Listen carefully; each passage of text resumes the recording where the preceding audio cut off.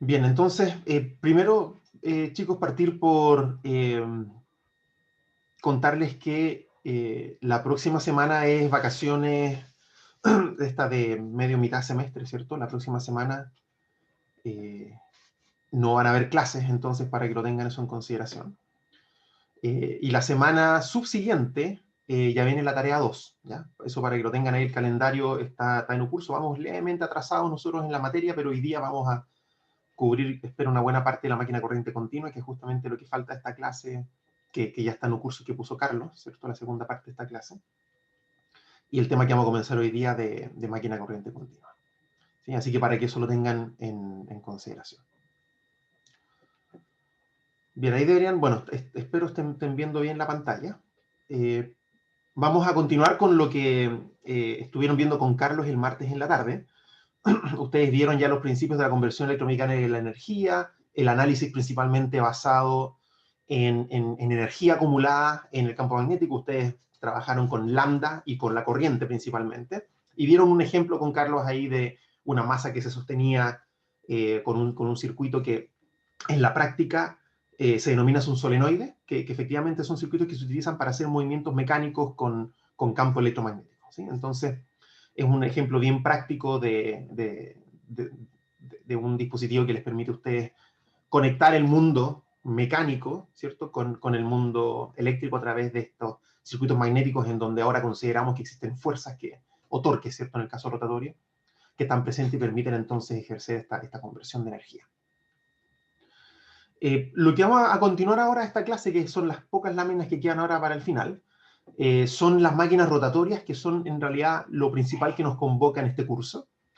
Las máquinas rotatorias tienen esta característica de que tienen básicamente un grado de libertad, ¿cierto? Pueden rotar en un eje, ¿cierto? Entonces, su movimiento está relativamente restringido. Un ejemplo distinto de máquinas serían máquinas lineales que también tienen un grado de libertad, también se mueven en una dirección. En este caso, estas máquinas giran, ¿cierto? Por lo tanto, tienen ese grado de libertad de poder girar, pero no hay movimiento hacia adentro, hacia afuera, etc. ¿Sí? Estas máquinas, la característica que tienen es que las tensiones se van a generar en devanados o en grupos de bobinas, ¿cierto? Que están girando en presencia de campos magnéticos. Vamos a ver a continuación, ya en unas diapositivas, la máquina elemental. A ese conjunto de bobinas que van a estar en presencia de campos y van a estar girando se le llama armadura, ¿sí? O también inducido. Esos son típicamente los nombres que reciben estos enrollados. En las máquinas de corriente alterna, las corrientes que van a circular, que son sinusoidales, van a ser aquellas que circulan por la armadura y esas están en una parte que fija en la máquina, que es lo de afuera. Déjenme habilitar acá el puntero. Que corresponde al estator de la máquina corriente alterna. ¿Sí? Ese es la armadura o el inducido en una máquina de corriente alterna. En la máquina corriente continua, por construcción es al revés. Las corrientes que circulan por la armadura son aquellas que están en el rotor, y esa es la parte que gira. ¿Sí? Entonces, el concepto de armadura va a ser distinto dependiendo del tipo de máquina. También se pueden construir las máquinas al revés, en el caso de la máquina corriente continua, construir la armadura fija y el campo rodando, por ejemplo, también se puede construir de esa manera, pero es un poco más complejo. Al mismo tiempo, la otra parte de la máquina que falta, por ejemplo, en la máquina de corriente alterna, esta es la armadura o el inducido, en donde yo voy a inducir corrientes, y lo que me falta es la parte que rota, que en el caso de la máquina de corriente alterna, la máquina sincrónica en particular, es un campo fijo que va rotando en la máquina. Ese se va a llamar enrollado o devanado de campo. Y en el caso de la máquina corriente alterna, el enrollado de campo va en el rotor, que es la parte que gira dentro de este estator. En el caso de la máquina corriente continua, estos enrollados del rotor van a estar expuestos a un campo fijo que va a estar por fuera de la máquina. Por lo tanto, va a estar en la parte fija, en el estator. Y esa parte por fuera va a tener un enrollado o un devanado que se denomina enrollado de campo, pero va en la parte fija. ¿Okay? Entonces, las máquinas, vamos a clasificarlas por estos dos tipos, máquina corriente continua y corriente alterna. Nosotros en el curso vamos a estudiar las dos. Las máquinas de corriente alterna se pueden clasificar en máquinas síncronas o de inducción. Vamos a ver cada una de estas máquinas por separado. Lo importante es que en la máquina síncrona, o sincrónica, el nombre correcto, la corriente del rotor se abastece directamente de una estructura externa, ¿sí? Con la cual yo permito alimentar al rotor con una corriente continua, ¿okay? Y en la máquina de inducción, el rotor en realidad va a percibir corrientes que se inducen desde el estator. Esto obliga a que para que haya efectivamente una inducción deba existir corriente alterna, y por lo tanto las máquinas de inducción también son máquinas de corriente alterna. Pero la diferencia es que yo en la máquina de inducción no voy a alimentar al rotor, sino que el rotor se va a autoexcitar. Por eso se llama de inducción, se induce sobre el rotor. Como les digo, vamos a estudiar cada una de estas máquinas más adelante en el curso. Vamos a ver clases específicas de cada una de ellas. Las máquinas sincrónicas y de corriente continua, como les decía, incluyen un devanado secundario, que es este que se alimenta con corriente continua, que es el de campo o el de excitación. Tal como les dije esto ya antes, en la máquina sincrónica el circuito de campo está en el rotor. La parte que gira se alimenta con corriente continua. En la máquina de corriente continua, el campo va por fuera, entonces va en la parte fija, que es el estator. ¿Okay? Vamos a verlo para cada uno de ellos hoy día, lo de máquina de corriente continua, y más adelante la máquina sincrónica. En algunas máquinas también la excitación se puede obtener con un imán permanente en vez de un devanado. Y eso es el caso de las máquinas que se denominan máquinas de imán permanente. En donde yo, por ejemplo, en la máquina corriente continua, tengo mi enrollado en el rotor y tengo imanes por fuera en el estator. ¿Okay? O en el caso de la máquina sincrónica, tengo imanes en el rotor y tengo bobinas en donde yo voy a tener la armadura, ¿cierto?, en el estator. Bien, sobre los aspectos constructivos de estas máquinas, no va a ser sorpresa para ustedes. Ya vimos nosotros una máquina estática, que es el transformador, y muchas de las cosas que ya observamos en el transformador las vamos a volver a observar en las máquinas rotatorias. En particular, las máquinas rotatorias también tienen circuitos magnéticos, ¿sí? Ustedes lo vieron en la clase pasada, todos los tipos de máquinas en donde hay fuerzas, ¿cierto? Hay circuitos magnéticos, ¿cierto? Por lo tanto, nosotros vamos a fabricar todas las piezas mecánicas de los circuitos magnéticos, vamos a fabricarlas típicamente con un acero de buena calidad, que tenga un alto punto de saturación, una curva de saturación más bien plana, etc. Ese se denomina típicamente acero eléctrico, fierro silicoso, y los devanados o los enrollados se van a instalar en algunas ranuras que se diseñan específicamente para las máquinas. Vamos a ver que estas van a tomar una forma especial, porque las máquinas, a diferencia del transformador, ya no son estáticas, sino que debo permitir la rotación, y por lo tanto hay ciertos aspectos de simetría que yo voy a tener que respetar en la máquina rotatoria. Obviamente utilizar materiales de alta permeabilidad, distribuir los campos magnéticos para lograr los efectos que yo quiera. En particular, voy a querer, por ejemplo, que mi corriente de campo, que energiza un enrollado de campo, genere un campo relativamente uniforme, y por lo tanto voy a diseñar la máquina de cierta manera. Lo vamos a ver en cada una de las máquinas. Minimizar pérdidas por corrientes parásitas, y por lo tanto los núcleos, tanto en los estatores como en los rotores, los vamos a fabricar típicamente de fierro laminado, ¿cierto? Para evitar estas pérdidas de corriente circulante. Esto exactamente igual que en el caso del transformador. Nuevamente los conductores van a ser cobre esmaltado, cosa de que cada una de las bobinas esté aisladas unas de otras, no haya cortocircuito.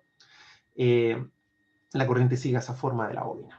¿Sí? Entonces, en este sentido, estas máquinas rotatorias van a ser bien similares al transformador, pero hay ciertos aspectos que vamos a considerar, en particular el hecho de que la máquina rota, que nos va a forzar a construir la máquina de cierta manera.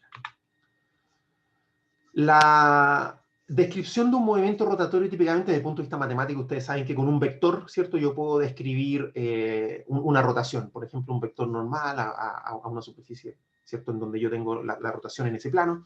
Sin embargo, como estas máquinas, les decía, tenemos básicamente un grado de libertad, que es el giro respecto a un eje. Entonces nos basta un ángulo para describir el movimiento de la máquina, y esa va a ser como la variable principal de la descripción del movimiento de la máquina. Yo podría utilizar posición, ¿cierto? Pero como esta máquina rota, me basta un ángulo para describir completamente el movimiento de la máquina rotatoria. Por lo tanto, en la posición angular, el ángulo θ, el principal estado, variable estado de la máquina, en donde por lo general se miden en radianes. Esa es la unidad que vamos a utilizar más comúnmente. Puedo medir en grados también, sin embargo, al utilizar radianes yo puedo después operar matemáticamente de una manera más sencilla.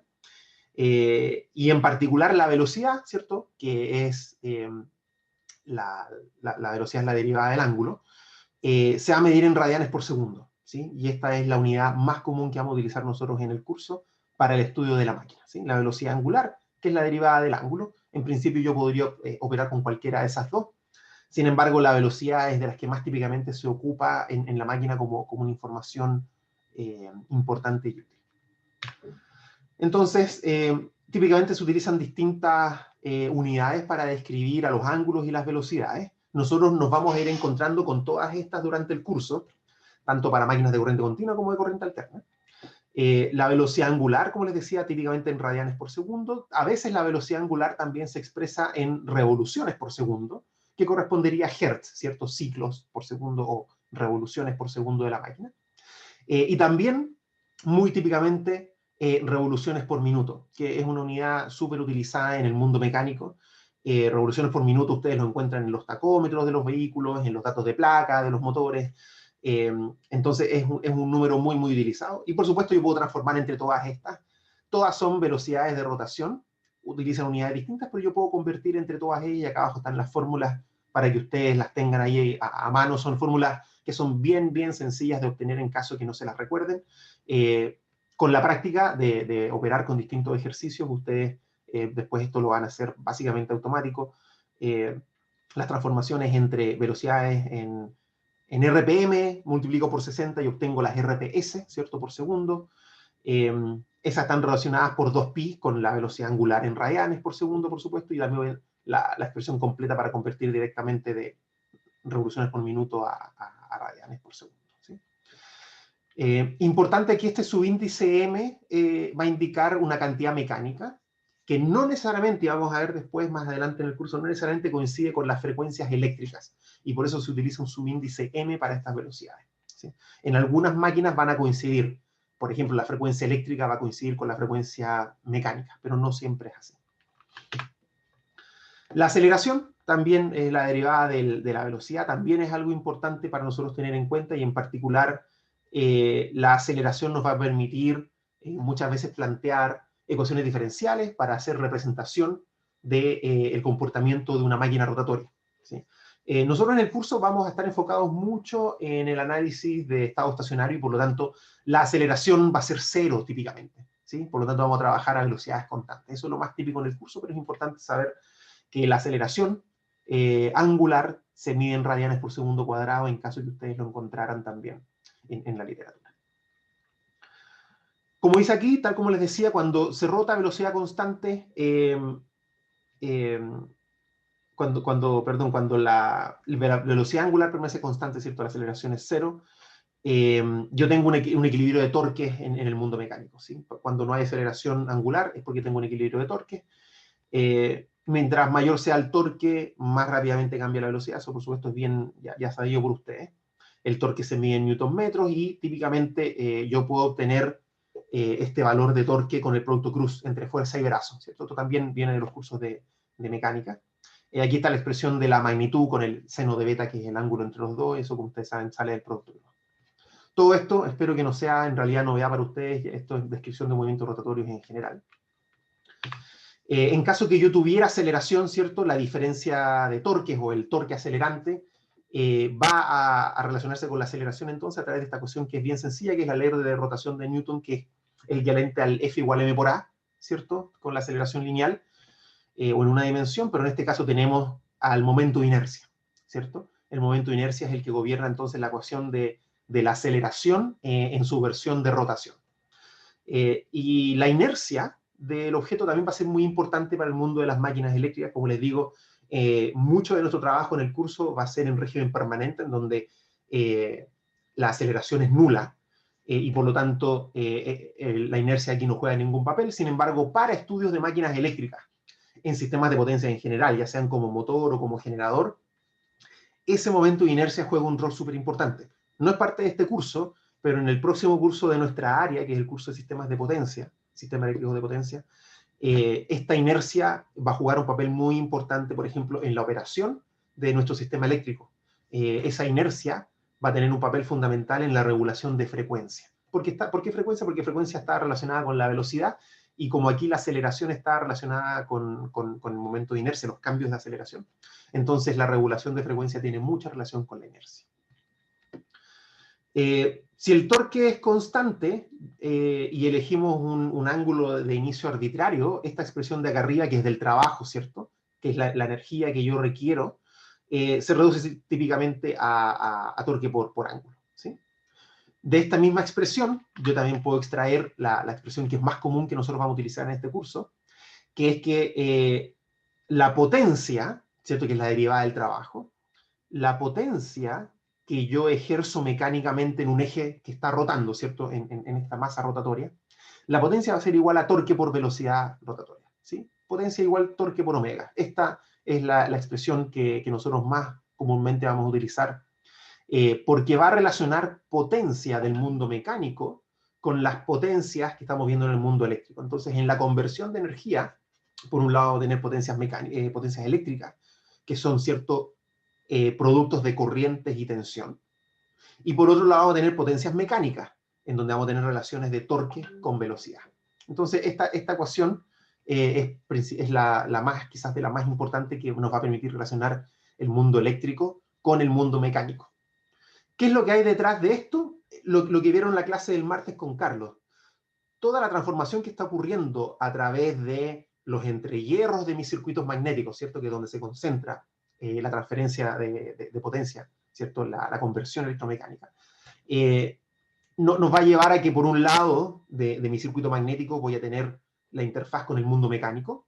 En el ejercicio de la clase pasada eran fuerzas y desplazamientos en un eje X, ¿cierto? En este caso van a ser torques y rotación angular. Y por el otro lado, por el lado eléctrico, va a tener tensiones y corrientes, ¿sí? Y el circuito magnético es el que permite hacer esta conversión electromecánica. Importante quizás, la potencia, los torques y las velocidades muchas veces se expresan con distintas unidades. Ustedes se van a encontrar nuevamente que, así como se utilizan revoluciones por minuto para las velocidades de rotación, para las potencias se utilizan típicamente los caballos de fuerza. HP, PS, hay varias nomenclaturas para el caballo de fuerza. Si nosotros queremos utilizar estas ecuaciones directamente, necesitamos pasar todos los valores a unidades del sistema internacional. Y nuestra unidad típicamente va a ser el watt para la potencia, y esta es la relación de un caballo de fuerza con watts. Entonces, si ustedes en un problema les dicen que un motor tiene un caballo de fuerza, o está desarrollando un caballo de fuerza, son 745.7 watts, o 0.7457 kilowatts.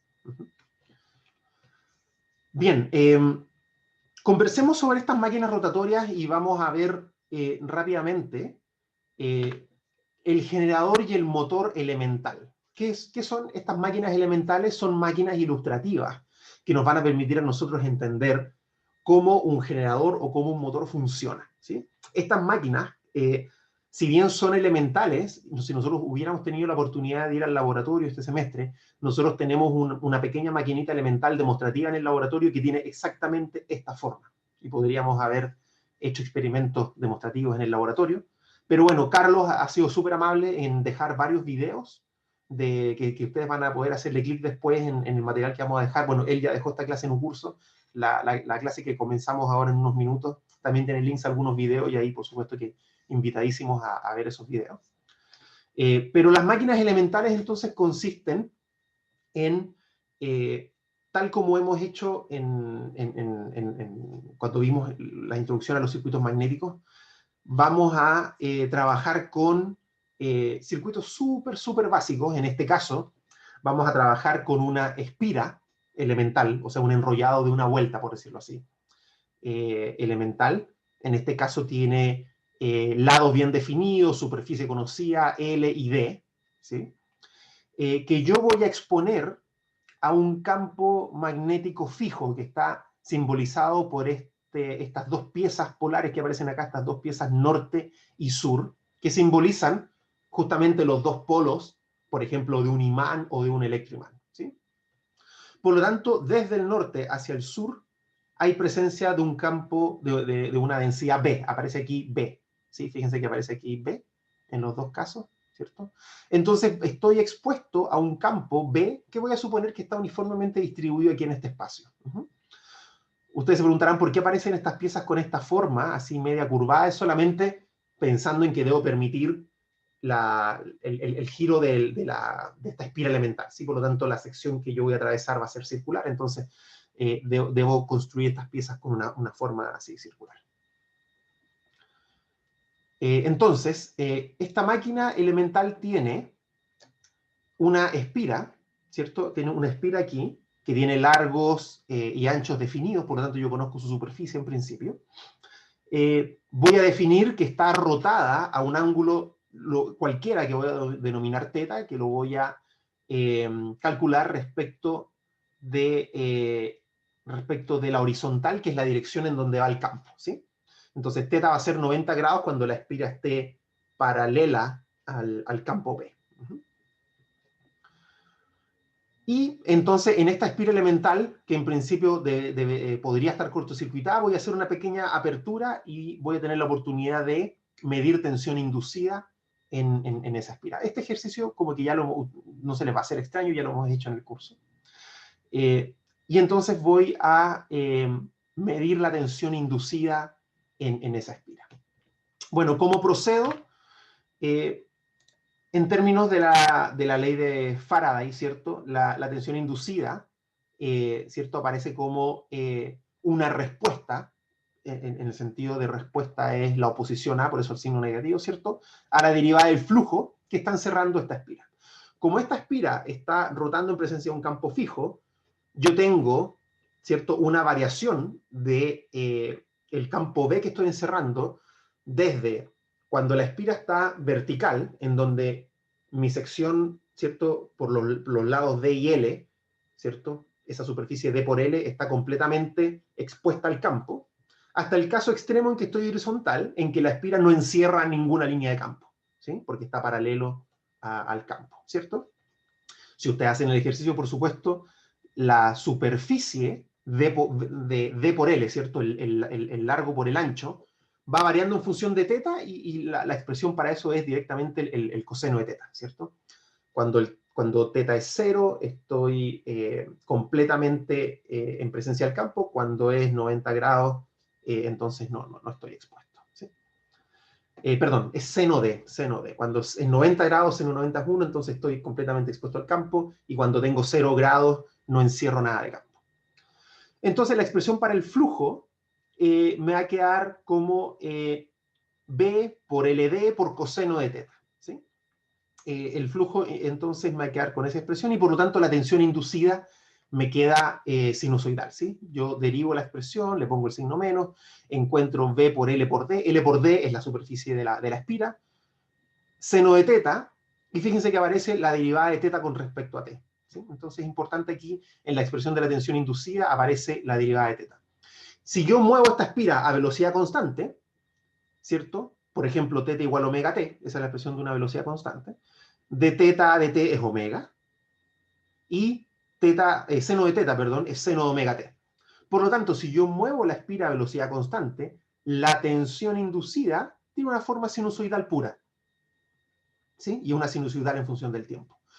Entonces, esto que yo acabo de construir, este sistema que está acá, en donde tengo un campo fijo externo y pongo una espira expuesta a este campo y la hago girar a velocidad constante, es mi generador elemental, en donde yo tengo una tensión inducida que es sinusoidal. Le pongo n vueltas, bueno, será n veces la tensión, pero es un cierto nivel de tensión E max por seno omega t.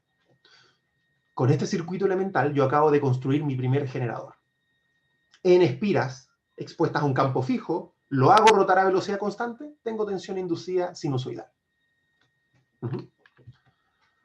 Bien, yo puedo hacer exactamente el mismo ejercicio, pero ahora voy a construir mi motor elemental. Voy a construirlo exactamente igual. Tengo una espira, la abro aquí, en vez de medir la tensión inducida, que es lo que hacía en el generador, voy a inyectar una corriente sobre esta espira.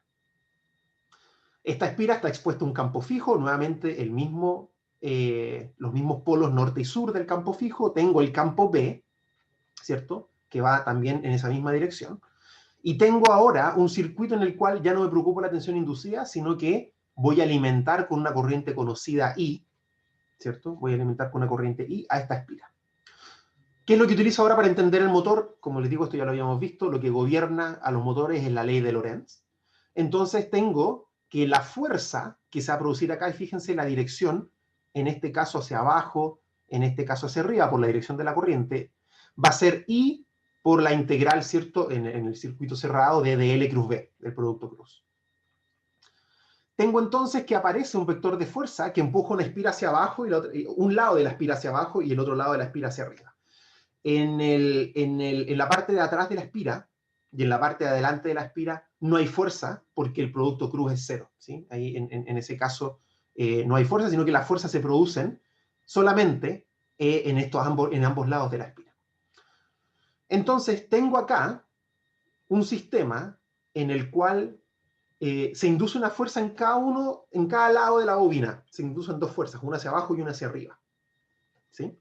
Si yo tengo fuerza hacia abajo y tengo fuerza hacia arriba en ambos lados de la espira, lo que yo tengo en realidad es un torque equivalente que está tratando de hacer girar la espira en una dirección. El torque resultante, ¿cierto?, que está acá, va a ser, ¿cierto?, fuerza por brazo por seno de teta, ¿sí? Seno de teta, teta es el ángulo entre el brazo, ¿cierto?, el ángulo entre el brazo y la fuerza. Voy a volver un segundo para que vean ustedes aquí el brazo que corresponde, ¿cierto?, aquí a D medio, ¿cierto?, desde el centro hasta el borde. Ese es el brazo. Y la fuerza que aparece hacia abajo y aquí hacia arriba. Ambos contribuyen con un torque que va en la misma dirección. El vector de torque va saliendo de la máquina hacia afuera, ¿cierto?, apuntando como hacia afuera ¿cómo se llama? Como hacia afuera del dibujo. Déjenme dibujárselos acá. Porque es... acá está. El vector de torque aparece en esa dirección, ¿sí? Aparece hacia afuera. Por lo tanto, el torque que se genera en esta espira es en la dirección que aparece aquí de omega, ¿ok? Es función del ángulo que efectivamente tengo entre la espira y el campo. Déjenme volver al puntero. El torque va a ser máximo cuando la bobina esté paralelo al campo. Cuando la bobina está paralelo al campo, el torque va a ser máximo y va a tratar de enderezar la bobina para que quede paralela, ¿cierto? Y va a ser nulo cuando la espira es perpendicular. Cuando la espira está perpendicular al campo, una fuerza hacia abajo, una fuerza hacia arriba, se anulan, no hay torque. Si tengo espiras de n vueltas, aparece n veces el torque, pero aquí lo interesante es que con esta máquina súper elemental, en donde yo, a diferencia del generador, yo alimento a esta máquina con una corriente, tengo una máquina que genera torque. Por lo tanto, es un motor. Alimento con corriente, obtengo torque mecánico. El tema es que si yo quiero sostener este torque a lo largo del tiempo, tengo un problema ahí porque si el ángulo va cambiando, el torque va cambiando. Tendría como torques pulsantes, torques sinusoidales, y por supuesto que eso no es deseado. Pero bueno, es mi máquina, es mi motor elemental que por lo menos es capaz de producir torque, ¿sí? Vamos a ver que después hay formas de asegurar de que el torque sea constante o sea muy, muy suave. Y en particular, ahora lo vamos a ver a continuación, cuando empecemos a ver en detalle la máquina de corriente continua.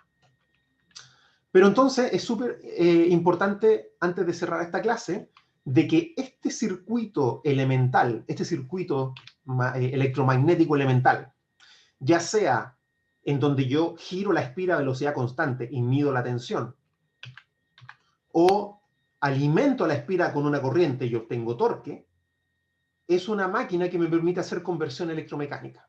En el caso del generador, alguien me está moviendo la espira, que puede ser, por ejemplo, una turbina, ¿cierto? Podría ser una turbina que está moviendo la espira, y yo obtengo una tensión sinusoidal eléctrica. Entonces, desde el mundo mecánico hacia el mundo eléctrico. Y en este caso del motor, es al revés.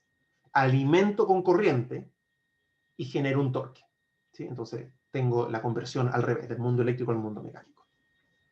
Y estos principios de esta máquina elemental son los que vamos a extender ahora para la máquina de corriente continua y en algunas otras clases más para la máquina de corriente alterna. Bien, entonces con esto termino esta clase que había comenzado Carlos el martes. Aquí hay referencias, por supuesto, a los libros que Carlos les compartió también, si quieren ir a ver los detalles específicos de estas máquinas elementales. Pero por ahora quiero moverme a la Una próxima. pregunta.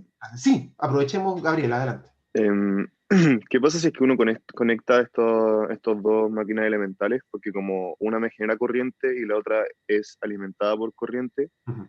tal vez puedo ocupar la corriente que me genera una para conectársela a la otra.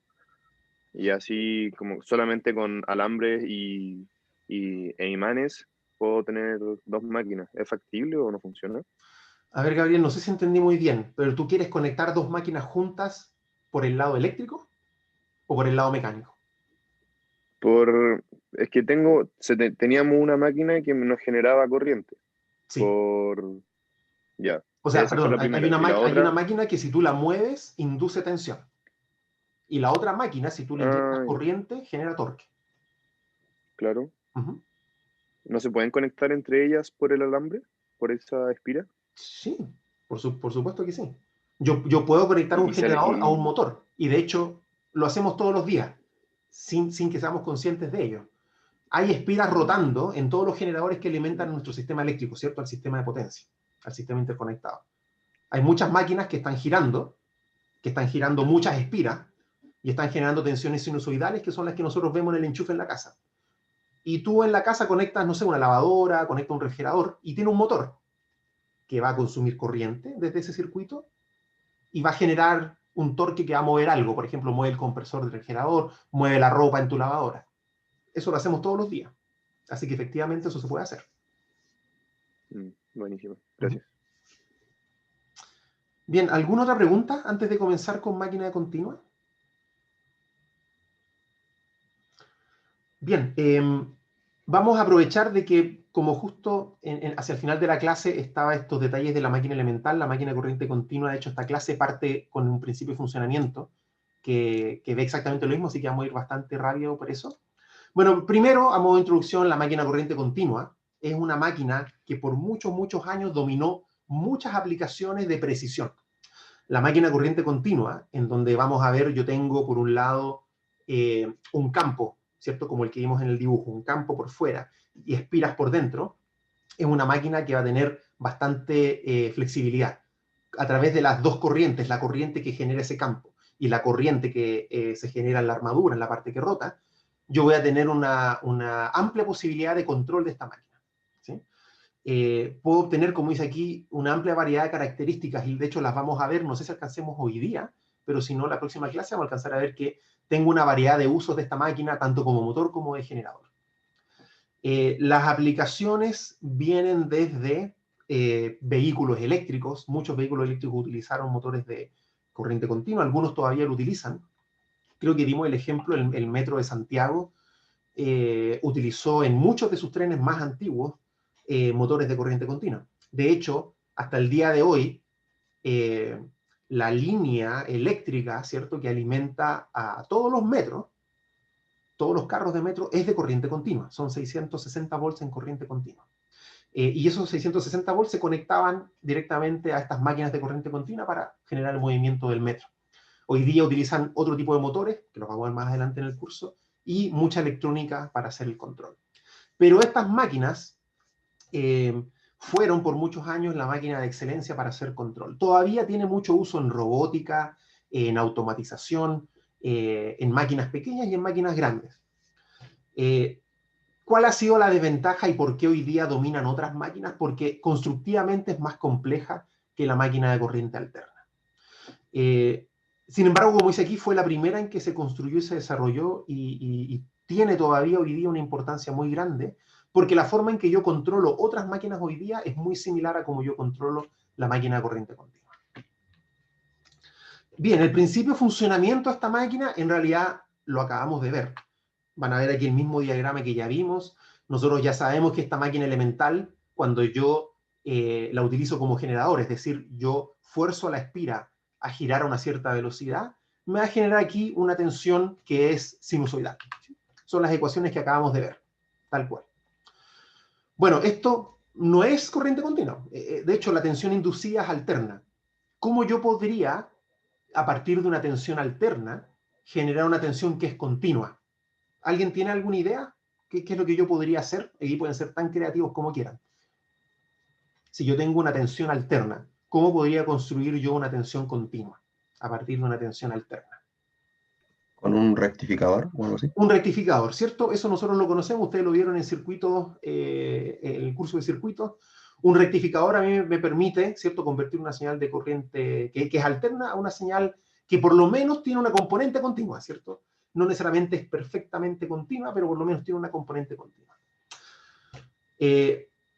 Yo podría tomar esta máquina de alguna forma, yo sé que esto está rotando, ¿cierto? La espira está rotando, me puedo construir algún sistema que me permita conectarme a esa espira rotatoria y conectarlo a un rectificador. Y ahí yo efectivamente tengo una componente que es continua. Lo que se hizo con esta máquina es que en realidad incluso antes, esto es históricamente antes, de que yo tuviera rectificadores como los que ustedes conocen, que son rectificadores de estado sólido, construidos, por ejemplo, con semiconductores, con diodos, lo que se hizo fue, bueno, dándonos cuenta que en realidad, si yo tomara el semiciclo negativo de esta señal sinusoidal y de alguna forma lo pudiera dar vuelta, ¿cierto? Pudiera cambiarle su polaridad, yo tendría 2 semiciclos positivos por cada ciclo. Fue tanto el ingenio de quienes construyeron estas máquinas que fueron capaces de desarrollar un sistema rectificador, tal como ustedes lo mencionan, pero que es mecánico, que aprovecha el mismo movimiento de la máquina. ¿Ya? Y el sistema de rectificación se denomina colector. Este sistema se denomina colector. El colector se construye básicamente con 2 componentes principales. Las delgas, que son los contactos para acceder a los terminales de la bobina, o en este caso esta espira elemental. Y las escobillas, que son los elementos que están en contacto con las delgas. Estos típicamente se construyen de algún material conductor suave como carbón. Entonces le dicen muchas veces los carbones, ¿no? Pero el término correcto es escobilla. Este sistema de escobillas y delgas lo que me va a permitir es efectivamente cambiar la polaridad del semiciclo negativo, cosa de que yo, desde el punto de vista externo de la máquina, siempre tenga tensiones que son por sobre cero. Esto no es más que un rectificador, pero mecánico. Entonces, ¿cómo funciona esto? Si yo tengo a la espira, aquí quizá el dibujo no está completamente perfecto, pero mientras yo tenga la espira en un cierto rango de ángulos, entre 0 y 180, por ejemplo, mis escobillas van a estar en contacto con mis delgas, que efectivamente están construidas también, cada una con 180 grados.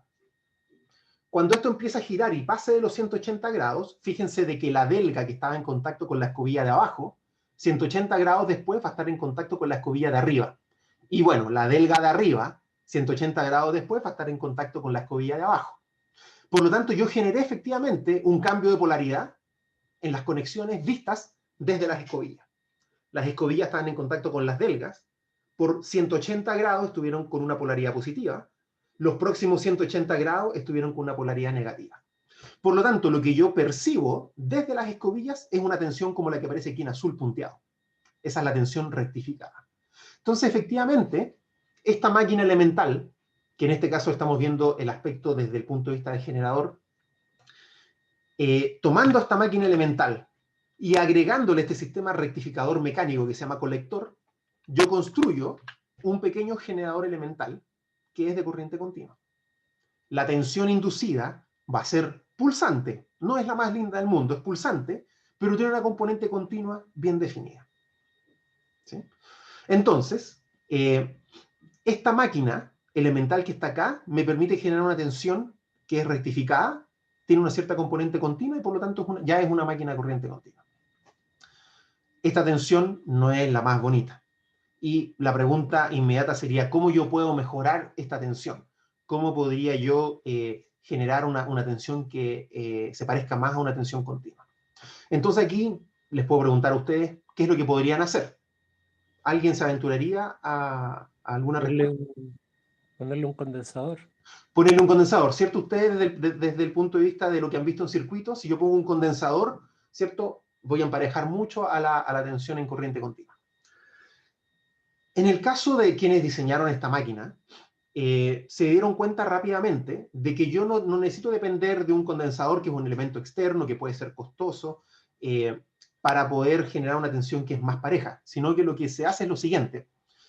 Si yo con una espira elemental puedo generar una tensión que la rectifico y tiene estas pulsaciones de acá, la pregunta es, ¿qué pasa si yo tuviera otras espiras, ¿cierto?, construidas acá, pero que estuvieran a distintos ángulos? Por ejemplo, yo podría construir otra espira que estuviera conectada, ¿cierto?, o bueno, desplazada 90 grados respecto de esta. Si yo tengo otra espira que está desfasada 90 grados respecto de esta, generaría una tensión sinusoidal que está desfasada 90 grados respecto de esta. Iría como por aquí entre medio, ¿cierto? Iría por aquí, bajaría, y si yo la rectifico, por aquí, bajaría, ¿cierto? Yo podría tomar estas dos tensiones que están desfasadas en 90 grados, porque las espiras están desfasadas en 90 grados, y tratar de alguna manera de quedarme con los máximos de cada uno. ¿Sí? ¿Ustedes vieron alguna vez rectificadores trifásicos? A lo mejor vieron rectificadores trifásicos. El rectificador trifásico hace justamente eso. Tomar las tres señales trifásicas que están desfasadas en 120 grados y se queda con los máximos de cada una de las fases. En este caso, yo podría tomar muchas espiras y tratar de quedarme con los máximos de cada una de esas, que sería como una especie de rectificador polifásico. La verdad es que el mismo sistema colector de delgas y escobillas se puede extender a un número de espiras mayor. Por ejemplo, en este caso aparece lo que estaba recién describiendo. Voy a tener una espira adicional que está desfasada en 90 grados, va a generar la tensión que está aquí en color verde, y mi rectificador, que es mecánico ahora, que es el colector, va a tener escobillas y delgas que me van a permitir irme conectando siempre a la bobina que va a estar produciendo esa tensión máxima. Fíjense ahora que tengo 2 escobillas, pero tengo 4 delgas. Las delgas que están acá ya no tienen 180 grados, van a tener 90 grados solamente. Pero la gracia es que durante esos 90 grados en que esas escobillas están en contacto con esas delgas, yo voy a estar conectado para el momento en que la tensión inducida sea máxima. Entonces yo, cuando la tensión empieza a bajar, pero empieza a subir en otra, mecánicamente me voy a estar cambiando de un par de delgas al siguiente. ¿Sí? Profe, Sí, Tomás, pregunta. ¿qué pasa si mido las otras dos delgas? ¿Cómo qué se vería? Se vería la tensión que va disminuyendo acá, y después, de hecho, seguiría hacia abajo si no fuera porque yo después la vuelvo a conectar en la otra dirección. Pero si yo miro en cada una de estas bobinas, ¿cierto? Si yo midiera, si yo me parara arriba del rotor, en cada una de estas bobinas yo veo sinusoidal. Veo una tensión inducida sinusoidal. Lo que pasa es que desde afuera yo me conecto de manera tal que les voy cambiando la polaridad y soy selectivo para solamente quedarme con esos instantes de tiempo en que la tensión es máxima. Entonces vería como la señal punteada. Exacto, verías la señal punteada y de hecho verías la señal completa sinusoidal si es que tú te pararas arriba del rotor. Lo que pasa es que la señal punteada corresponde a la rectificación que realizan las delgas. Y además Claro, la señal roja es la que corresponde a solamente quedarme con los 90 grados de cada una de estas. claro, yo me refería a qué pasa si si medían las otras dos delgas. Si mides las otras dos delgas que no están en contacto con la escobilla, ves las líneas punteadas. Exactamente. Como casi triangular, ¿no? Ya entiendo. Si tú agregaras como unas escobillas ficticias aquí horizontal, Claro, verías como la señal triangular de acá, efectivamente. Ya, bueno, gracias. Bien, entonces este ejercicio de aumentar el número de bobinas, yo puedo agregar ahora 2 bobinas más desfasadas en 45 grados en vez de 90 y voy a obtener una tensión incluso más pareja. Y efectivamente yo puedo construir un generador de corriente continua cuya tensión inducida sea muy, muy pareja cuando este número de bobinas aquí van desfasadas es muy, muy grande. Un número práctico, 32, 40, 50, esos son los números que uno encontraría en una máquina real. Entonces, efectivamente, la tensión es muy, muy continua. Además, hay otro truco que se utiliza en las máquinas de corriente continua y es que las escobillas, cuando pasan de una delga a otra, no lo hacen en un salto instantáneo, sino que van contactando una delga primero, cortocircuitan las dos delgas y después dejan el cortocircuito y continúa con la otra, ¿cierto? mientras ese espacio en la delga es bien pequeñito y va pasando por la escobilla, entonces lo que sucede es que incluso esta tensión acá, este paso de uno a otro, es un poquito más suave incluso. Entonces, finalmente la máquina, una vez que se construye, tiene una tensión que es muy, muy, muy pareja. Entonces, con este truco, digámoslo así, con este truco mecánico en que se construye este sistema colector con escobillas y delgas, yo puedo convertir a la máquina elemental en una máquina que en este caso es un generador de corriente continua. ¿Sí?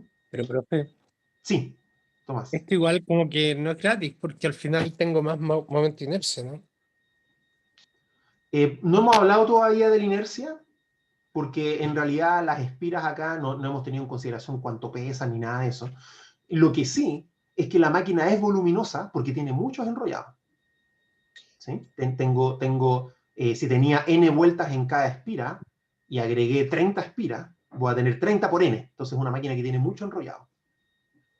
Claro. ¿Sí? Entonces eso Vale. sí es importante y lo vamos a ver ya a continuación en aspectos constructivos, qué es lo que yo puedo hacer. ¿Okay? Esa es una desventaja de las máquinas de corriente continua, que en comparación con una máquina de corriente alterna son más voluminosas. El volumen de la máquina es mayor en general para comparaciones de misma potencia. ¿Okay? Eso Y es importante. eso en eficiencia también es menor, ¿no? No necesariamente, pero las máquinas de corriente continua tienden a ser menos eficientes que máquinas de corriente alternas que se diseñan hoy de una manera muy especial. Eso lo vamos a ver cuando Ok. discutamos máquina de corriente alterna, pero las máquinas de corriente continua tienden a ser un poquito más ineficientes. Ok. Oh, bro, ¿podría adelantar por qué ocurre eso? ¿Qué Así cosa? como- ¿Lo de la eficiencia? Sí, sí, la diferencia en la ineficiencia. La máquina de corriente continua va a generar en principio más pérdidas en los enrollados, porque voy a tener, para los niveles de flujo que requiero generar, voy a necesitar en principio mayor número de vueltas y voy a tener más pérdidas. Hay pérdidas también aquí en el colector. Hay pérdidas acá que se producen porque en este contacto hay pérdidas por calor, hay pérdidas óhmicas, ¿cierto? Entonces hay pérdidas que no van a estar presentes en la máquina de corriente alterna. Ah, ya, perfecto. Vamos a verlo igual más adelante, el tema de dónde ocurre cada pérdida. Bien, ¿saben qué estoy viendo? Son las 11. Antes de pasar a la siguiente, si les parece, hacemos la pausa de 5 minutos y continuamos con la clase viendo el caso del motor. ¿Okay? Son las 11:03. No me traje el tablet hoy día. Les voy a dejar a ver si puedo compartir aquí una pizarra rápidamente. Aquí. Les voy a escribir acá en la pantalla a ver si es que me resulta.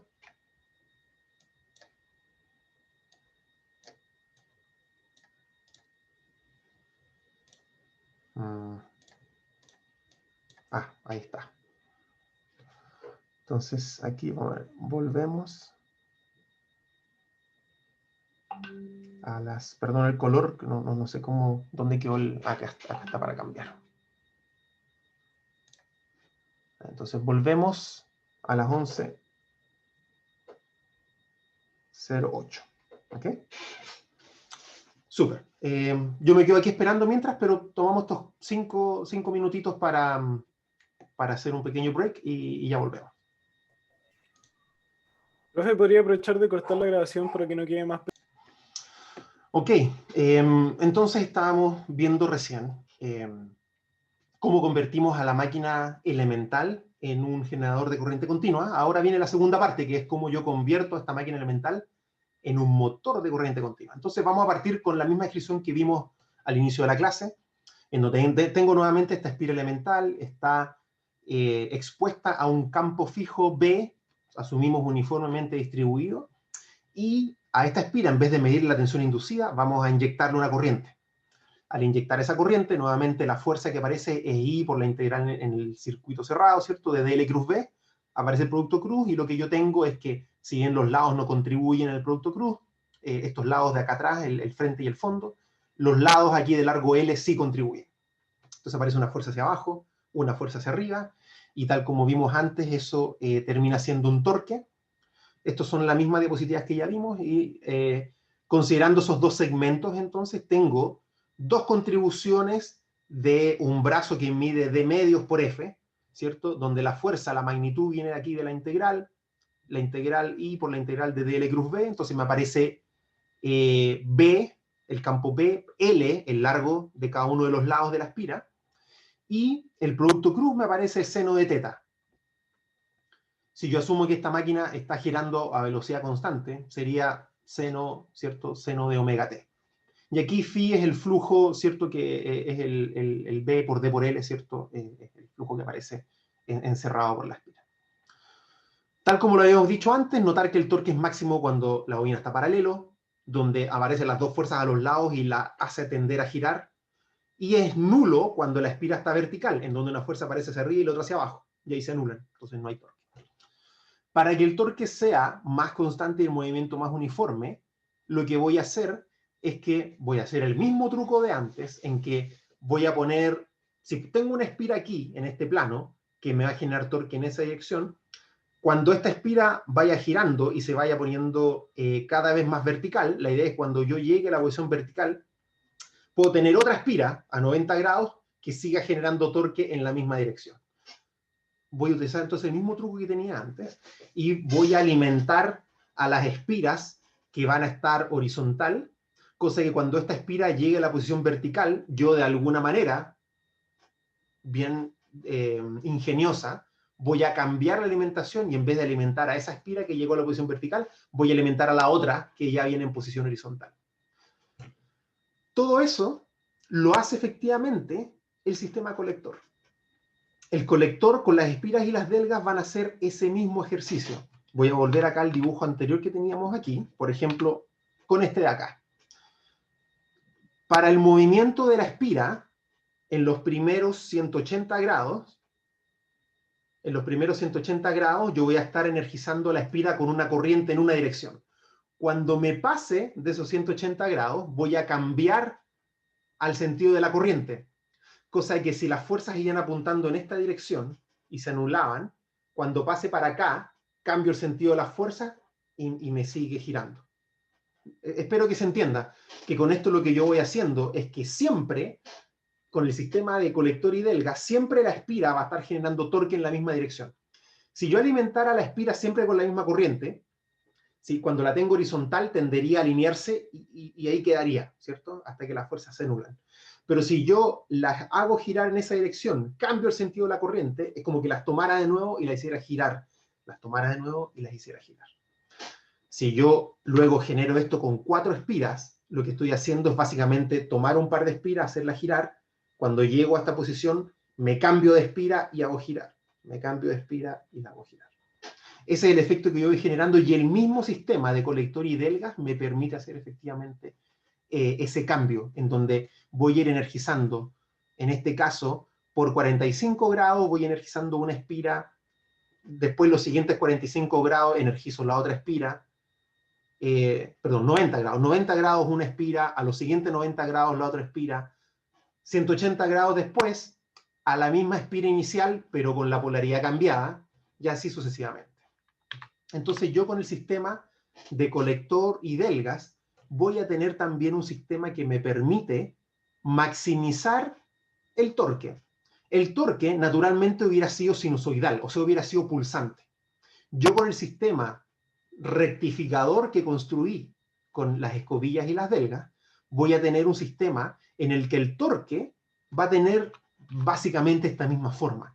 El torque va a ser pulsante, pero va a ser siempre positivo y va a ir alternando entre distintas espiras. Con eso entonces yo construyo mi motor de corriente continua. Porque ahora yo inyecto una corriente y voy a tener un torque resultante que es más o menos uniforme y tiene una magnitud de I por phi, donde phi viene dado por el campo y por la superficie que está encerrando cada una de las espiras. ¿Alguna pregunta hasta acá?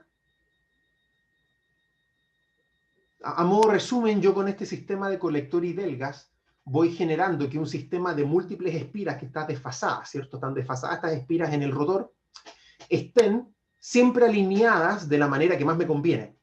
Para el caso del generador, siempre obtener los máximos de las tensiones inducidas. Para el caso del motor, siempre obtener el máximo de los torques generados. Y con eso yo entonces tengo mi operación de la máquina, que a todo esto, si ustedes se fijan, yo no he hecho ningún cambio particular entre el sistema colector, si es que es motor o es generador. La máquina, como todas las máquinas eléctricas, es reversible. Si yo la hago girar, tengo tensión inducida. Si yo le inyecto corriente, tengo torque que la hace girar. Y es la misma máquina, se construye exactamente igual. ¿Okay? Bueno, la forma de la máquina, típicamente yo voy a tener mi rotor, que aquí lo voy a simbolizar, que está conectado con las escobillas. Por supuesto que aquí tengo muchas delgas, en función de los muchos enrollados que voy a tener. Tengo por fuera un campo que es fijo, que es constante, que yo lo voy a generar típicamente con un electroimán. O sea, voy a tener aquí lo que se denominan las piezas polares, que son estas piezas que envuelven al rotor. Esas piezas tienen esa forma curva, porque lo que tratan de hacer es que las líneas de campo sean lo más, perdón que el dibujo me queda medio chiquito, pero sean lo más uniforme posible. Por lo tanto, esas piezas polares van a tratar de envolver al rotor y asegurar de que yo tenga caminos para el flujo que estén distribuidos uniformemente. Esas piezas polares se fabrican para yo poder tener una distribución del campo uniforme. Y esa pieza polar permite que yo genere aquí el enrollado, ¿cierto? Un enrollado acá, perdón, no estoy con el puntero. Un enrollado acá y el otro enrollado acá. Yo podría tener enrollado en un solo lado, pero si tengo dos piezas polares, puedo construirlo distribuido en ambas partes, y eso me facilita y me simplifica de que voy a tener menos enrollado en cada lado, la máquina puede ser un poquito más pequeña. Y por supuesto que tiene que haber un camino para el flujo, ¿cierto? El flujo B que yo genero va a cruzar del polo norte al polo sur y luego tiene que volver y tiene que cerrarse. La forma más eficiente de hacerlo es, por supuesto, con un circuito magnético de alta permeabilidad. Y eso es justamente lo que se construye como el estator.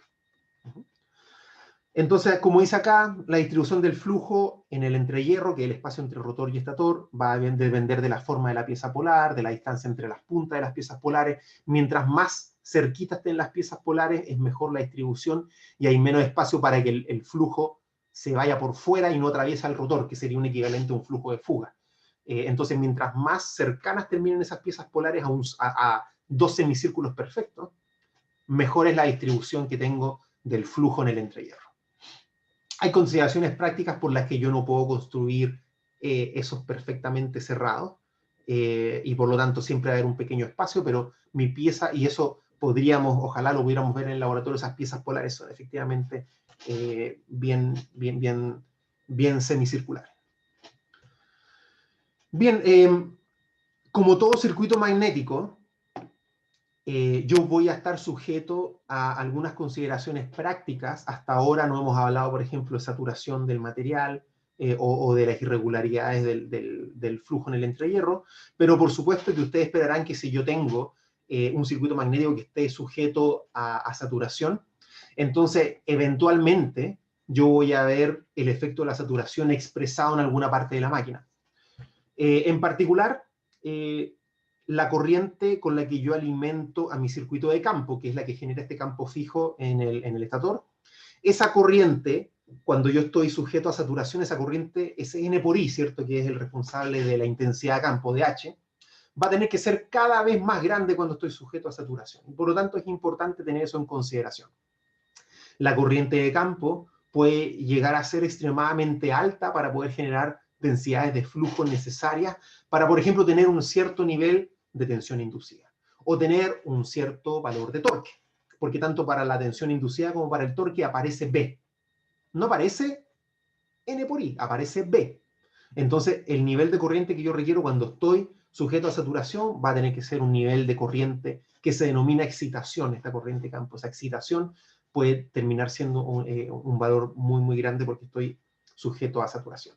Como yo estoy sujeto a saturación, eventualmente la tensión en la máquina entre las escobillas, en vez de ser estas sinusoidales que yo tomaba los máximos de cada una, van a ser unas tensiones medias deformaditas por el efecto de la saturación, ¿sí?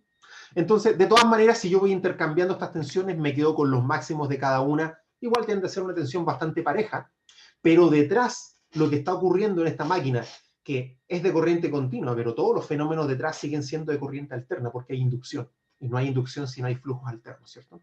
Entonces, lo que está ocurriendo detrás, ese fenómeno de saturación sigue ocurriendo, entonces es importante tener en consideración los eventuales efectos de la saturación. Para nosotros, para propósitos de este curso, los fenómenos de saturación los vamos a explicar de manera cualitativa, pero no los vamos a considerar en nuestro modelo. Carlos fue súper amable en dejarles un video que hasta el tercer minuto explica cómo esta máquina va generando los cambios durante el colector. Es un video bien ilustrativo que se los dejo ahí para que ustedes lo vean. No lo vamos a ver ahora.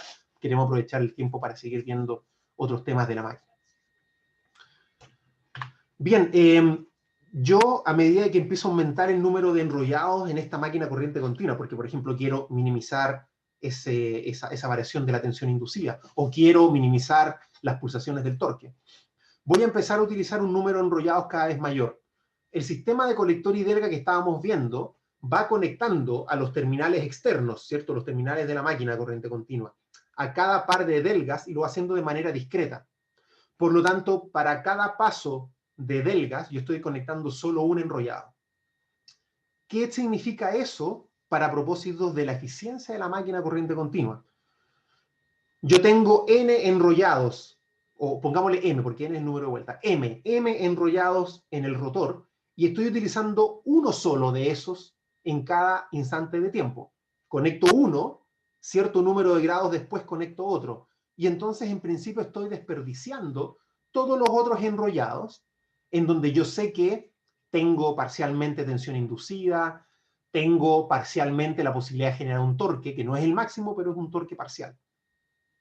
La construcción más típica de la máquina, en donde yo hago un aprovechamiento de todos los enrollados, es lo que se denomina la conexión de los devanados en serie o conexión imbricada, en la cual yo voy a tener todos los enrollados conectados en serie. Y mi sistema de colector va a ser contacto directo siempre con un par de esos enrollados, pero todos los otros van a quedar conectados en serie. ¿En qué me ayuda eso? Cuando yo los conecto todos en serie y yo soy astuto en conectarlos, por ejemplo, conecto todos los enrollados que me van a estar produciendo tensión positiva. Cuando yo los conecto en serie, las tensiones en serie se suman. Entonces yo voy a tener una tensión equivalente mayor.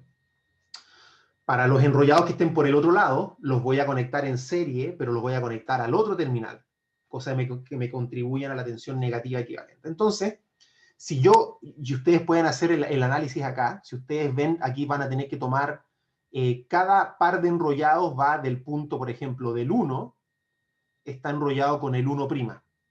Entonces, desde este punto A, que aparece acá, de la delga A, conecto el enrollado 1, sale del 1' y lo conecto a la delga B.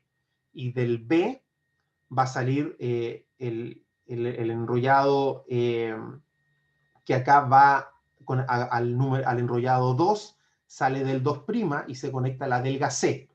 Entonces ustedes ven, van conectados los enrollados entre una delga y la adyacente, entre la siguiente delga y la adyacente. Cuando yo conecto entre este punto, de una escobilla haciendo contacto acá y la otra escobilla haciendo contacto acá, lo que hice fue conectar varias bobinas en serie. Todas esas bobinas en serie van a estar contribuyendo positivamente, ya sea a la tensión inducida o al torque resultante. Con este tipo de conexión yo hago una mejor utilización de los enrollados de la máquina corriente continua. No estoy conectando una de las bobinas al mismo tiempo, sino que estoy conectando muchas en serie al mismo tiempo, y eso maximiza la utilización de la máquina, y en principio tengo una máquina más eficiente, que aprovecha de mejor manera a los enrollados. Esta máquina que está acá, con un cierto número m de enrollados con n vueltas, por ejemplo, se denomina la máquina de dos polos porque tengo dos polos, norte y sur. Tengo dos polos, por lo tanto tengo un campo B, ¿cierto? Un campo B al que están expuestas estas bobinas, y yo, ya sea con la conexión tradicional que vimos, la más simple anterior, o la conexión imbricada, yo voy a tener, ¿cierto?, generación de torque debido a la exposición a un campo B. Yo puedo en realidad extender este concepto a una máquina que tenga más pares de polos, ¿ok? Lo vamos a ver a continuación. Acá hay otro dibujo también de un enrollado que está imbricado, en donde se indica, bueno, además se dibuja aquí cuál es el eje magnético inducido que es perpendicular al eje del campo magnético. Y se muestra acá entonces cómo yo voy a ir conectando los distintos enrollados de la armadura. Se los dejo como ejercicio que ustedes vean nuevamente. Aquí en vez de A, B y C utilizan números 1, 2, 3, hasta el número 12 para conectar los distintos enrollados. Pero lo que quería comentarles es que la máquina también se puede construir con más número de polos. En este caso, fíjense que tengo un polo norte, polo sur, polo norte y polo sur, que están alternados, ¿sí? Entonces, aquí en realidad, la conexión del polo norte-sur sucede, y déjenme dibujarlo acá, sucede en esta dirección. Y la norte-sur de esta sucede en esa dirección. Yo, si soy astuto, y ahora conecto, y fíjense que aquí aparece esta delga con signo más y la siguiente con signo menos, entonces yo estoy conectando los enrollados, y aquí con la conexión imbricada va a costar verlo un poco, pero estoy conectando los enrollados que van básicamente en esta dirección. Van a atrapar a ese flujo. Y los otros que están acá al lado, este de aquí y esta de acá, estas delgas de acá, estas escobillas, perdón, de acá, van a estar para los enrollados que van a atrapar también la otra parte del flujo, la que va en la otra dirección, y con la polaridad cambiada. Con una máquina en donde yo tengo un par extra de polos, lo que voy a generar es que el flujo total que van a ver estos enrollados, considerando que yo los conecto independientemente, déjenme borrar acá rápidamente. Como yo tengo dos pares de delgas que están conectadas independientemente en principio, con esa conexión independiente de delgas yo voy a estar haciendo aprovechamiento de estos dos campos, el de un par de polos y el del otro par de polos, norte-sur. Esta máquina, que se denomina de 4 polos, tiene la característica de que va a poder enlazar más flujo porque ahora tengo un par de polos extra de donde yo puedo capturar. Pero la desventaja, o lo que obtengo a cambio, es que es una máquina que va a girar un poco más lento, de hecho gira a la mitad de la velocidad, porque cada enrollado ahora va a estar viendo un polo norte-sur, va a estar viendo dos polos norte-sur por cada revolución, ¿sí?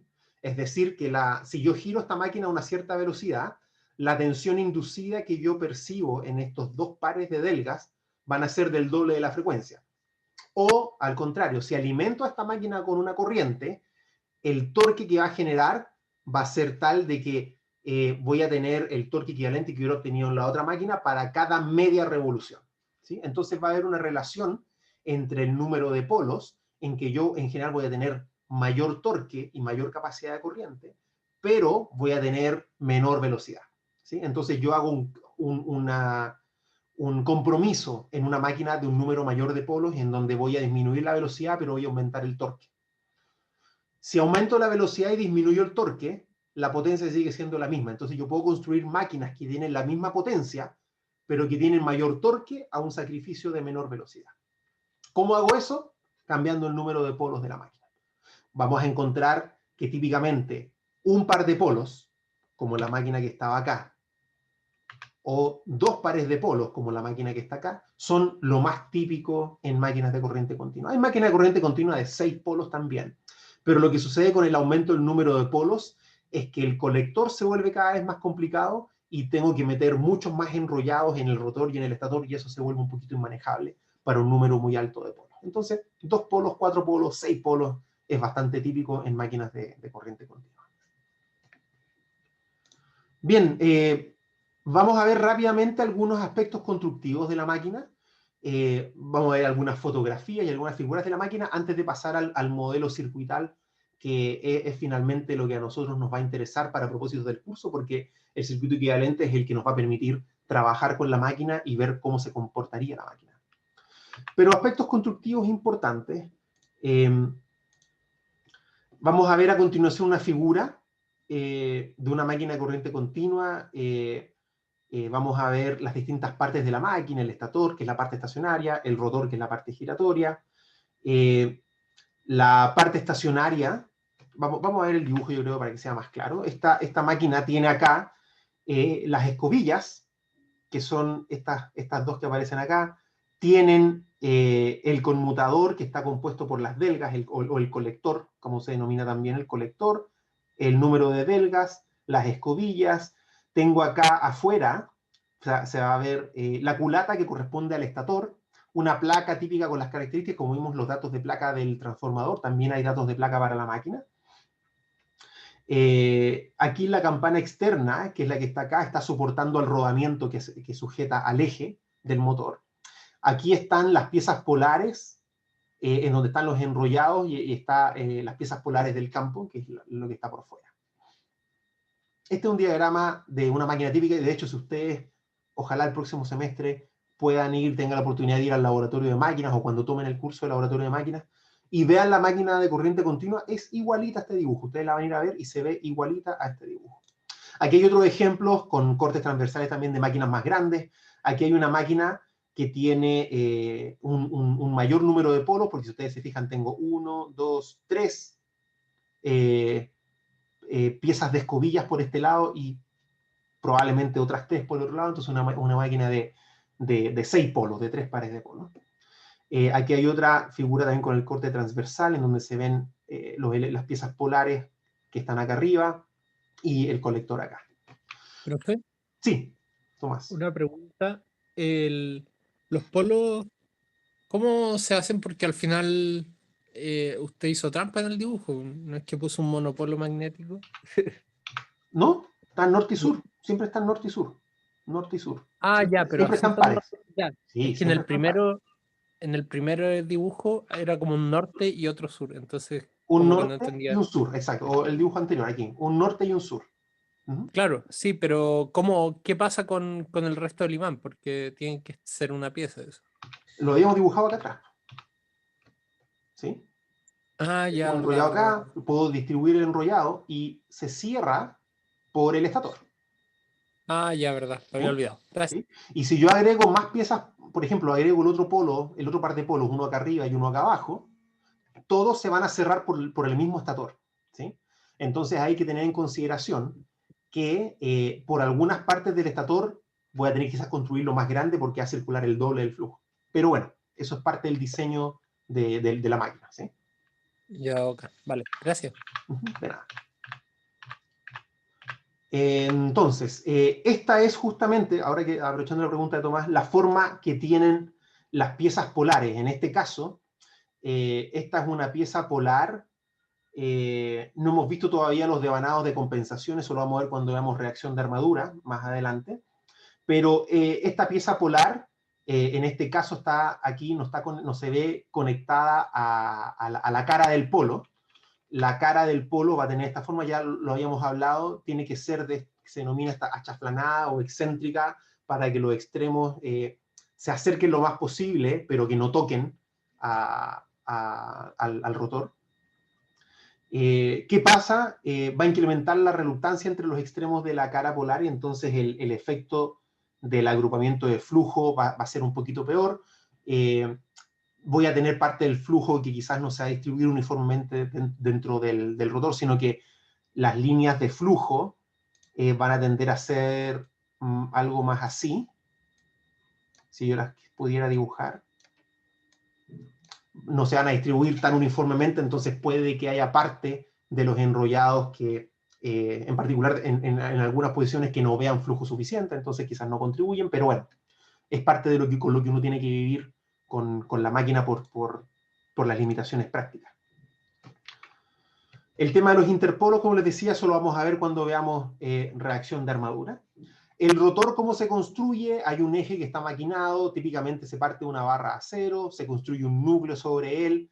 El núcleo va a estar compuesto por láminas, porque cada enrollado en el rotor sigue viendo tensiones alternas o corrientes alternas. Acuérdense que la máquina desde afuera es de corriente continua, pero cada una de las espiras dentro del rotor sigue viendo alterna y por lo tanto hay oportunidad de que eso induzca pérdidas en el rotor. Entonces el rotor de la máquina corriente continua no va a ser de un fierro sólido, sino que también va a ser núcleo laminado.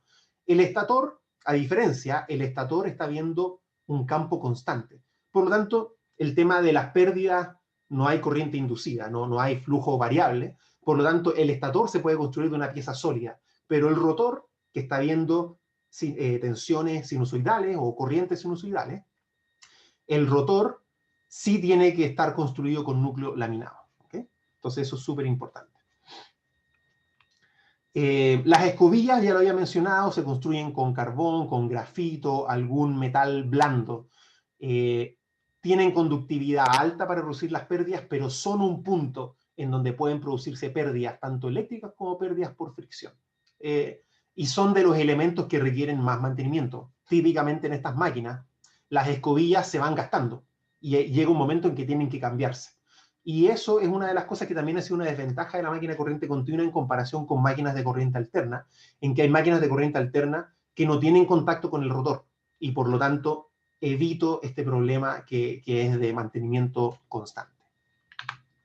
Aquí hay un dibujo muy bonito, es una fotografía de un conmutador, tengo el colector, tengo las escobillas, o si fijan es un número bien alto, que van haciendo contacto con la delga y aquí las delgas se ven muy finitas. ¿Sí? Bien, veamos el modelo circuital de la máquina, no sé si alguien tiene alguna pregunta adicional de lo que hemos visto hasta ahora.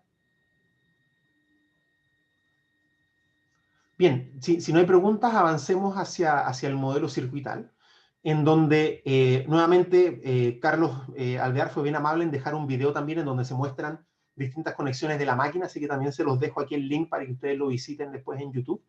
Pero hasta ahora lo que hemos visto de esta máquina es que tengo, por un lado, un número muy alto de enrollados en el rotor que están siendo accedidos a través del sistema de colector, finalmente a través de las escobillas. Y tengo, por otro lado, otro circuito, que es el circuito del campo, que en realidad por ahora lo único que he supuesto es que hay un campo B constante, y por lo tanto puedo asumir que la corriente de campo, la corriente de excitación de ese circuito que va en el estator, es una corriente constante. Pero tengo dos circuitos separados. Mi modelo de la máquina va a justamente tener dos circuitos. ¿Sí? Esta máquina tiene dos partes. Tiene la parte del campo, que es la corriente que me genera ese campo B, y tengo mi circuito del rotor, de la armadura, en donde el símbolo que representa a este rotor es justamente un círculo con dos escobillas. Entonces, ese es un pequeño mímico que a ustedes les va a hacer recordar que en realidad lo que hay acá adentro es un rotor con muchos enrollados, pero que desde afuera yo veo simplemente dos terminales. Si yo tengo una máquina con un alto número de polos, entonces tengo 4 o 6 escobillas, esas yo las conectaré en serio, en paralelo, dependiendo de la aplicación que yo requiera. Pero en principio para mí siempre tengo dos terminales con los cuales accedo a la máquina corriente continua en su armadura, en su rotor. Entonces, mi circuito equivalente tiene estas dos partes. Yo no puedo vivir sin una de esas. El circuito de campo solo, sin la armadura, no tiene sentido. Es un electroimán que genera un campo B. No hay nada más. La armadura sola, sin presencia del campo B, tampoco hace nada. Por lo tanto, este circuito siempre tiene que estar presente ambas partes. Y si no están ambas partes presentes, la máquina no va a funcionar. No habría conversión electromecánica si es que no están ambas partes. Bien, entonces, ¿cuáles son los componentes del circuito equivalente de la máquina? Por un lado, el circuito de campo es bien sencillo. Yo lo voy a alimentar con una corriente constante y típicamente para eso ocupo una fuente de tensión. La resistencia que aparece aquí, que es el RC, que es la resistencia de campo, es la que me va a representar típicamente la resistencia del enrollado de campo y consecuentemente sus pérdidas. Como yo lo alimento con corriente constante, aquí no hay efecto de todo lo que hemos visto antes, de hecho, todo lo que aparece aquí, la inductancia que tendría esa bobina de campo, el LC, por DI sub C a dt, cuando yo alimento esto con corriente continua, ese elemento desaparece. ¿Sí? Cuando yo alimento con corriente continua, ese elemento desaparece. Si yo esto lo estuviera alimentando con una fuente que varía, bueno, a lo mejor tengo corriente variable y tengo que tener en consideración la inductancia. La inductancia que yo veo desde el circuito lo que veo desde el circuito de campo va a ser en este caso la inductancia propia que yo veo del circuito y eventualmente hay una inductancia mutua entre rotor y estator.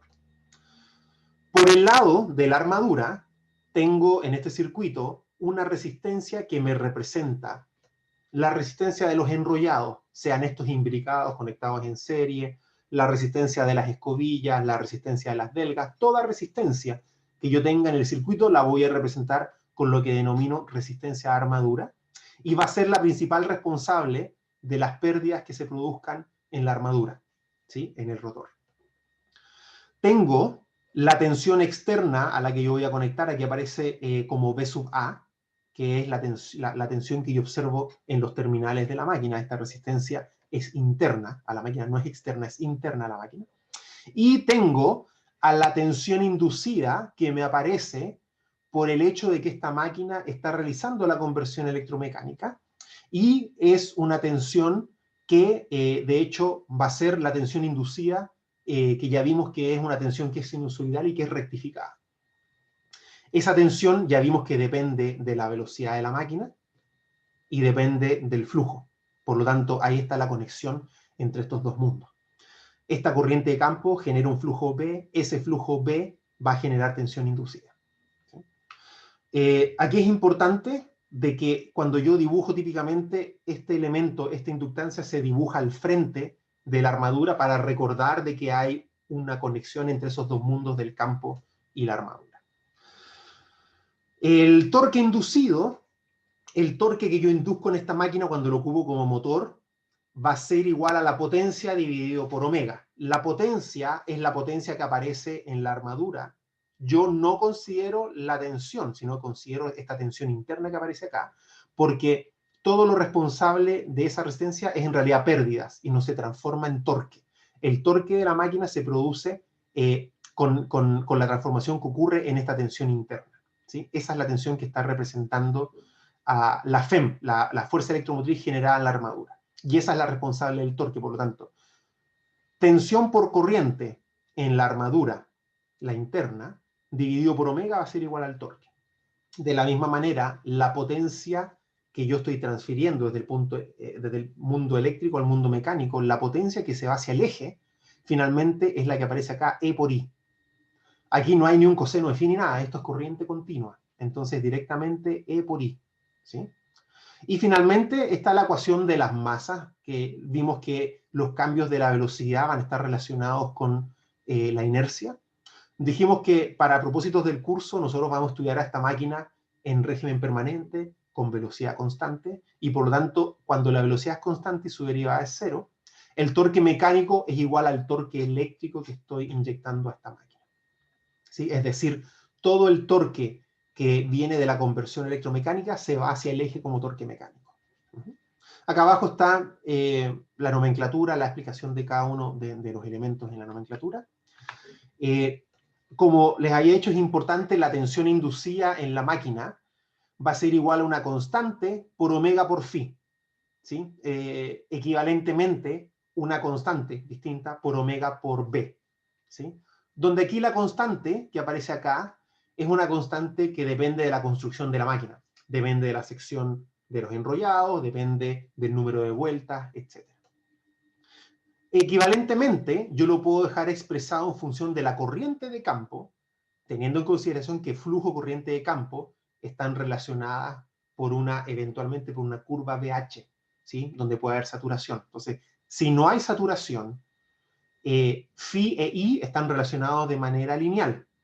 Y por lo tanto, también hay una expresión en donde la tensión inducida es igual a una cierta constante G por omega por la corriente de campo. Y es aquí donde aparece explícitamente la conexión entre el mundo del estator y el mundo del rotor.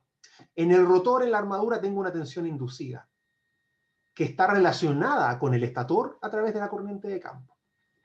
Esta variable G, si ustedes ven las unidades que tiene, aquí hay tensión, G, omega, I. Ese G tiene unidades de inductancia. Si yo lo veo como las unidades físicas, ¿no? Tiene unidades de inductancia. Sería como E igual a omega L por I, ¿cierto? En el caso de las impedancias. Pero en este caso particular G, aquí esto es corriente continua, pero G tiene unidades de inductancia. G se denomina inductancia rotacional. Es una variable que es propia de la máquina, es propia de la construcción de la máquina. Por supuesto que depende del número de vueltas, depende de la sección, ¿cierto? Depende de cuántos flujos estoy enlazando, etcétera, etcétera. G se denomina entonces inductancia rotacional y es una de las características principales de la máquina. Nuevamente, esto es cierto cuando la máquina opera fuera de saturación, cuando phi e I están relacionados de manera proporcional lineal. Si yo tomo esta expresión de la tensión E, voy a la ecuación anterior donde sale que el torque es E por I partido por omega, encuentro que el torque que genera esta máquina es igual a la inductancia rotacional multiplicado por la corriente de campo multiplicado por la corriente de armadura. Y es aquí donde aparece una de las características de la máquina corriente continua que la ha hecho muy popular desde el punto de vista del control, y es que para el torque de la máquina yo tengo la oportunidad de controlar el torque tanto con la corriente de campo como con la corriente de armadura. Entonces eso me da una flexibilidad tremenda en la máquina. Me da una flexibilidad tremenda. Tanto así que teniendo ambas variables para controlar el torque, yo puedo tener distintos torques bajo distintas velocidades. Y eso es una de las gracias de esta máquina. Importante que, por supuesto, que esto es una muy buena simplificación en donde estamos en un mundo lineal. La verdad es que eso no es siempre así. G, en particular, depende de la corriente de campo cuando hay saturación, es lo que acabamos de conversar, y también depende de la reacción de armadura, que es un tema que no hemos visto todavía, lo vamos a ver en la próxima clase. Pero ante pequeñas variaciones o funcionamiento a velocidades constantes en torno a un punto de operación, yo puedo suponer estas relaciones lineales y puedo vivir tranquilo con este modelo de máquina de corriente continua. Bien, antes de terminar, porque ya se me está acabando el tiempo, quiero ver rápidamente el tema de las pérdidas, que había sido justo una pregunta que apareció un poquito antes en la clase. Las pérdidas que ocurren en esta máquina tienen varios orígenes. Están las pérdidas eléctricas que ocurren en el cobre. Por el hecho de yo estar alimentando enrollados con corriente, voy a tener distintas pérdidas Joule, ¿cierto? Pérdidas de calor. Voy a tener pérdidas en las escobillas y típicamente lo que sucede es que las pérdidas en las escobillas ocurren por el hecho de que esté circulando corriente por esas escobillas. Van a ser pérdidas del tipo no cuadráticas por la corriente, y las escobillas ofrecen una tensión relativamente constante de caída, por lo tanto son pérdidas que son proporcionales a la corriente y no al cuadrado. Las pérdidas en el núcleo, que siempre van a existir, en particular les mencionaba yo, no en el campo, donde hay corriente constante, pero en la armadura, en el rotor, donde hay corrientes que son sinusoidales, puedo tener pérdidas en el núcleo. Y finalmente las pérdidas mecánicas. El mismo sistema de colector puede inducir pérdidas y tengo otras pérdidas mecánicas más que podrían aparecer. Pérdidas en el núcleo, las clásicas. Pérdidas mecánicas, aquí están los efectos, fricción, rozamiento con el aire. Si el rotor no es perfectamente cilíndrico y tiene, justamente por la construcción con los enrollados, algunas protuberancias, por ejemplo, eso cuando gira genera una pérdida de fricción. Esas pérdidas de fricción, pérdidas mecánicas, uno también las debe considerar como parte de las pérdidas. Pérdidas en los rodamientos, si hay partes móviles de la máquina, son pérdidas que aumentan cuadráticamente con la velocidad de la máquina, entonces son también pérdidas que a medida que la velocidad aumenta son cada vez mayores. Las pérdidas mecánicas son bien difíciles de estimar y típicamente se hacen pruebas experimentales para determinar esas pérdidas, pero las pérdidas en el cobre son relativamente fáciles de determinar porque yo la resistencia de armadura y la resistencia de campo en principio las puedo medir. Y el ensayo más sencillo es simplemente energizar la máquina, por ejemplo, forzarla a velocidad igual 0, no tengo tensión E, ¿cierto? Porque si no tengo velocidad, si la velocidad es 0, la tensión E es 0, y si la tensión E es 0 y yo alimento aquí con una pequeña tensión, puedo medir esa resistencia de campo. La resistencia de armadura. La resistencia de campo se mide directamente, ¿cierto? Como la corriente es constante, yo puedo medir directamente cuánto es la pérdida. Entonces, esos son elementos que son fáciles de calcular y las pérdidas de la armadura y del campo son relativamente fáciles de estimar. Pero las otras son más difíciles y típicamente tengo que recurrir a experimentos para poder medirlas. Hay caídas, como les mencionaba, caídas de tensión por las escobillas y yo voy a tener típicamente una caída que es constante en las escobillas y la corriente que circula por ellas. 2 volts es un valor bien típico para la caída en las escobillas y en función de la corriente yo puedo estimar las pérdidas. Entonces, finalmente, y con esto ya voy a terminar la clase de hoy día, teniendo yo, por ejemplo, para el caso de un generador de corriente continua, tengo una potencia de entrada que viene en forma de torque que está moviendo a mi espira, a mi sistema rotor, lo está moviendo a velocidad constante. Tengo primero pérdidas mecánicas que ocurren en los rodamientos, fricción. Tengo pérdidas en el rotor, en el hierro del rotor.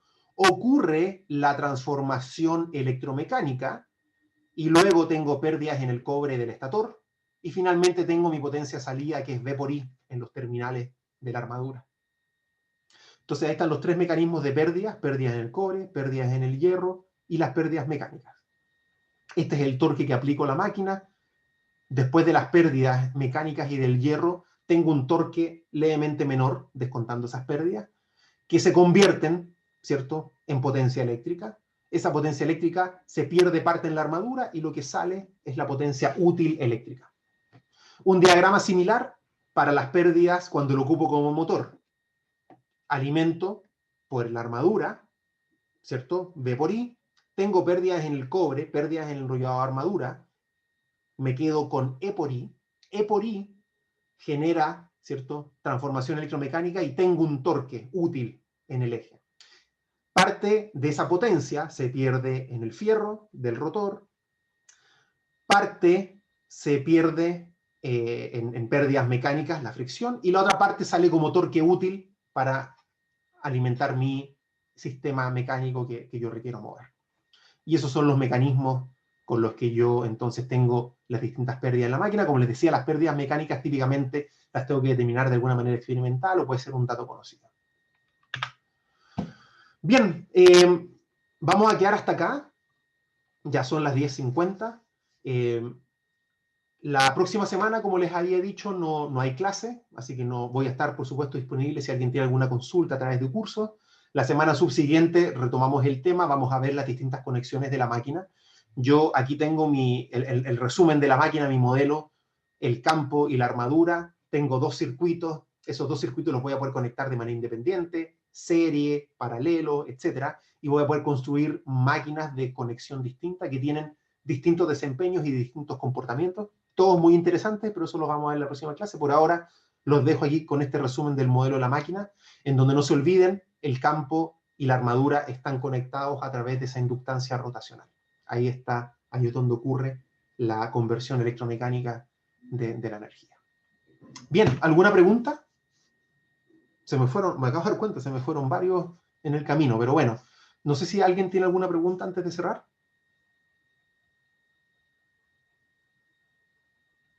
Ok, bien, parece que no hay preguntas, chicos. Les agradezco mucho a los que se quedaron hasta el final.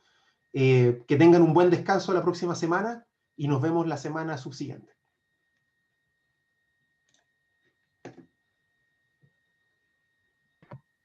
Chao, profe, que esté Chao, bien. chao, que estén bien.